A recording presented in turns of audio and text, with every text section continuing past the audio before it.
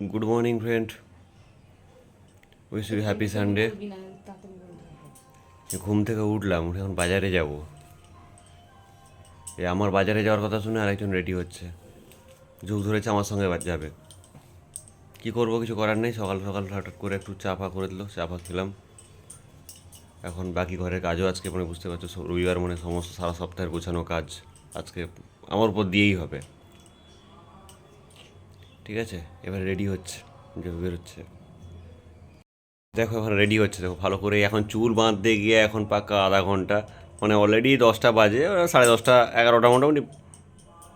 ঠিক আছে, ঠিক আছে, চলুন দেখা যাক বাজারে গিয়ে কী কী কেনা যায়।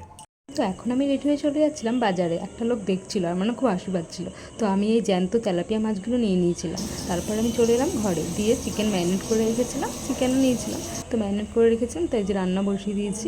এখন মাংস কষাচ্ছিলাম। কালারটা দেখো, জাস্ট দারুণ এসেছিলো কালারটা। আমি যখনই মাংস রান্না করি আমার মাংস রান্নার এরকমই কালার হয়, মাংসর কালার আমার এরকমই হয়। তো চিংড়ি মাছও আমি নিয়েছিলাম, তো সেটার আর ভিডিও দিতে পারিনি। আসলে বাজারে এত ভিড় ছিল যে আর তখন ভিডিওটা করতে পারিনি আমি, ভিড় থাকার কারণে। তো যাই হোক, মাংস রান্না করে নিই। রান্না আমার কমপ্লিট হয়ে গেছে। দেখো জাস্ট কালারটা দারুণ এসছে, কিন্তু আমি নিজে রান্না করে নিজেই বলছি। তো এখন খেতে চলে এসেছি। এখানে ছিল ভাত, স্যালাড, পটল ভাজা, লেবু আর মাংস। আজকে বাজারে যাওয়ার কারণে বেশি কিছু রান্না করতে পারিনি। তো আজকে ভিডিওটা কেমন লাগলো বলো। Tata, bye bye.